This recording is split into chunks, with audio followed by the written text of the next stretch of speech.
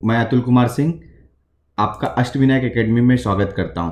तो इससे पहले के हमने चैप्टर्स में क्या देखा था, इसके पहले के चैप्टर्स में हमने बैलेंस फोर्स अनबैलेंस फोर्स के बारे में देखा था, लेकिन अब हम इस चैप्टर में न्यूटन्स लॉ ऑफ मोशन के बारे में देखेंगे। तो पहले वाले चैप्टर में force, balance force, unbalance force, इस सब के बारे में हम जान चुके हैं और मैंने उसमें ही कहा था कि हम न्यूटन लॉ ऑफ फोर्स के मोशन के बारे में एक वीडियो बनाएंगे। तो ये हमारा जो वीडियो है वो न्यूटन के फर्स्ट लॉ, सेकंड लॉ और थर्ड लॉ को कवर करेगा। तो देखिए न्यूटन लॉ ऑफ मोशन क्या होता है, चलिए देखते हैं हमारा। तो न्यूटन लॉ ऑफ मोशन में सबसे पहले हमारा फर्स्ट लॉ देखते हैं हम कि फर्स्ट लॉ क्या है हमारा। तो न्यूटन के फर्स्ट लॉ के लिए सबसे पहले हम एक एग्जाम्पल देखेंगे।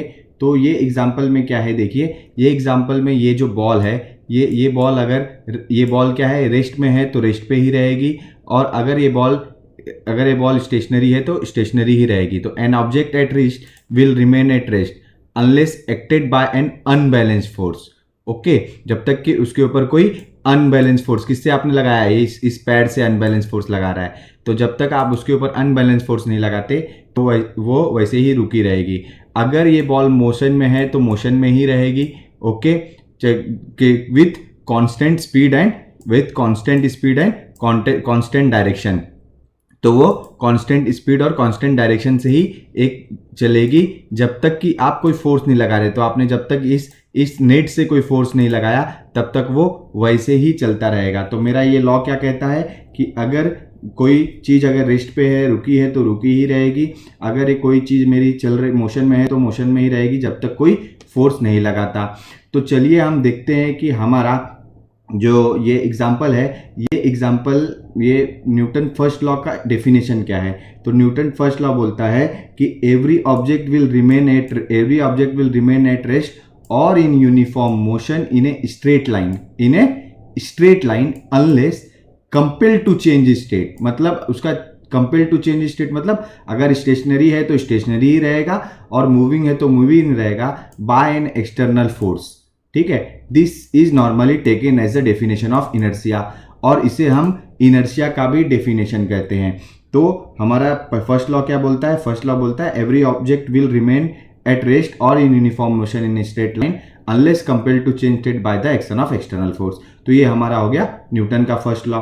अब न्यूटन का सेकेंड लॉ क्या होता है। तो न्यूटन का सेकेंड लॉ के लिए सबसे पहले हम एग्जाम्पल समझेंगे। जैसे कि ये क्रिकेटर क्या करना चाहता है, ये क्रिकेटर इस बॉल को कैच करना चाह रहा है। तो इस बॉल को कैच करने के लिए उसे क्या है, उस बॉल के मास और उसके एक्सीलरेशन दोनों पे उसको काम करना है। तो जब एक क्रिकेटर इस बॉल को कैच करेगा तो उस बॉल को कैच करने के लिए वो application of Newton second law of motion लगाता है। ठीक है, तो हमारा second law of motion force is equal to mass into acceleration. तो एक्सीलरेशन क्या होता है, चेंज इन वेलोसिटी एक्सीलरेशन। तो इसमें मास इंटू एक्सीलरेशन क्या है, v minus you divide by T. v मतलब initial velocity, final velocity, u मतलब इनिशियल वेलोसिटी और डिवाइड बाई टी।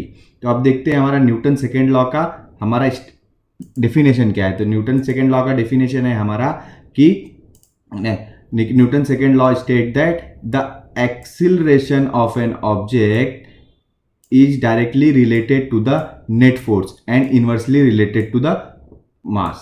मतलब force is acceleration, Newton law state that the acceleration of an object is directly related to the net force and inversely related is the mass। तो force क्या होता है हमारा, force होता है हमारा mass into acceleration। तो acceleration हमारा क्या हो जाएगा, acceleration हमारा हो जाएगा force डिवाइड बाय मास। तो वही बोला है, तो acceleration is directly relation to the force and inversely relation to the mass. And acceleration depends on two things, on which thing, acceleration depends on the force and mass. तो हमारा ये second law का statement क्या है कि acceleration किसके directly proportional रहता है, फोर्स के, और इनवर्सली प्रोपोर्शनल किसके रहता है, मास के। तो ये हमारा न्यूटन का सेकेंड लॉ है। अब हम न्यूटन के थर्ड लॉ के बारे में पढ़ेंगे। तो न्यूटन के थर्ड लॉ के जानने के लिए हम ये एग्जांपल देखेंगे। यहाँ पर ये हमारी जो स्विमर है, स्विमर क्या करना चाहती है, स्विमर अपने आप को आगे ढकेलना चाहती है। वो आगे ढकेलने के लिए क्या कर रही है, इस दीवार पे एक फोर्स लगा रही है, तो दीवार पर फोर्स लगाने के कारण क्या होगी, वो आगे जाएगी। तो जितना फोर्स वो इस दीवार पे लगाएगी उतना ही ये इस डायरेक्शन में एक्सिलरेशन करेगी।